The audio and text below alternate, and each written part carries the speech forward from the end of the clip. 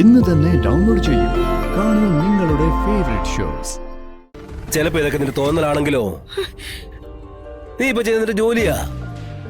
മാന്യമായി എടുക്കുന്ന ഏത് ജോലിയോടും ബഹുമാനം കാണിക്കുന്നോളാ ശാലിനി. അവൾക്കൊരിക്കലും അതൊന്നും തള്ളിപ്പറയാനാവത്തില്ല. കാരണമേ ഇതുപോലത്തെ സാരത്തിൽ കൂടെ വന്നോളാ അവള്. അതെ, അതൊക്കെ പണ്ട് കളക്ടർ ആവുന്നതിന് മുൻപ്. കളക്ടറായി കഴിഞ്ഞും കുറെ നാൾ അത് അവള് കൊണ്ടു നടന്നു. ചായക്കട പണി എടുത്തിട്ടുണ്ട്, പട്ടിണി കിടന്നിട്ടുണ്ട്, മണ്ണെണ്ണ വിളക്കിന്റെ വെട്ടത്തിരുന്ന് പഠിച്ചിട്ടുണ്ട്. അങ്ങനെ ജനങ്ങളുടെ ഇടയിൽ കയറി കൂടാനുള്ള എല്ലാ തന്ത്രങ്ങളും കുറെ നാള് കൊണ്ട് നടന്നതുവാ. പക്ഷേ ഇപ്പൊ അതൊക്കെ അവള് മറന്നു.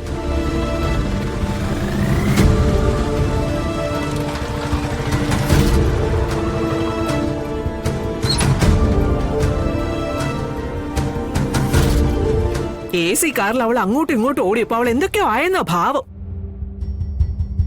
എനിക്ക് ഉറപ്പുണ്ട് രാഘവേട്ട, എന്നെ മനഃപൂർവ്വം അങ്ങോട്ട് വിളിച്ചു വരുത്തി അപമാനിക്കായിരുന്നു അവള്. അച്ഛാ, ഓ എത്തിയോ? രണ്ടുപേരും എന്തോ കാര്യമായിട്ടുള്ള ചർച്ചയില്ലെന്ന് തോന്നല്ലോ. എന്റെ ഭാര്യ കച്ചവടത്തിന് പോകുന്നതിനെ നിന്റെ ഭാര്യക്ക് എന്തെങ്കിലും കുഴപ്പമുണ്ടോ?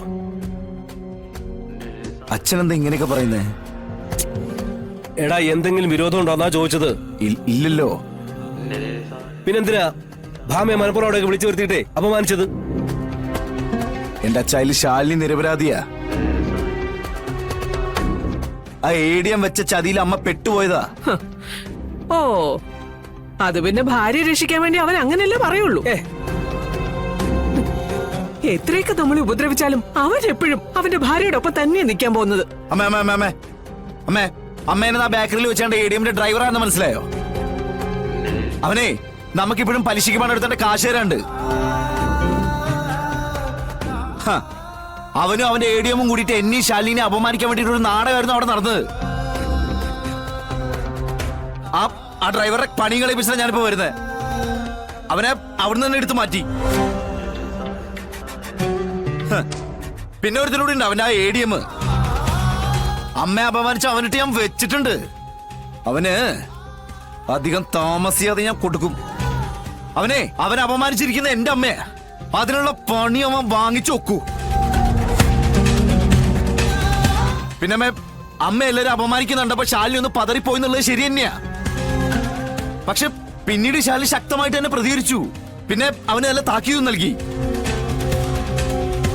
പക്ഷെ അമ്മ അതൊന്നും കാണാൻ അമ്മ ഉണ്ടായിരുന്നില്ല. അമ്മ ഇപ്പഴേക്ക് പോയി കഴിഞ്ഞു. പിന്നെ എന്താ ചെയ്യാ? അച്ഛാ, ഇതാണ് അവിടെ നടന്നേ.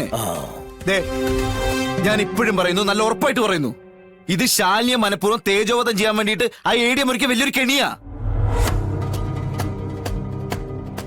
അതിൽ അമ്മ ബലിയാടായി പോയതാ. അച്ഛ, എന്നെ ഒന്ന് വിശ്വസിക്കേ. ഞാൻ നിങ്ങളുടെ രണ്ടുപേരും മുന്നിൽ കള്ളം പറയില്ല. അതിന്റെ ആവശ്യമില്ല.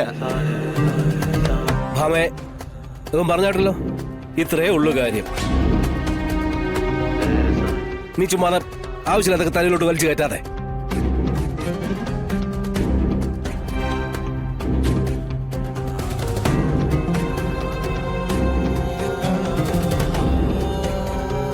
മോനെ, നീ ഒന്നും കാര്യാക്കണ്ട. അവക്ക് കാര്യമൊക്കെ മനസ്സിലായിട്ടുണ്ട്. പക്ഷേ സമ്മതിച്ചാലുള്ള മടിയാ കേട്ടോ.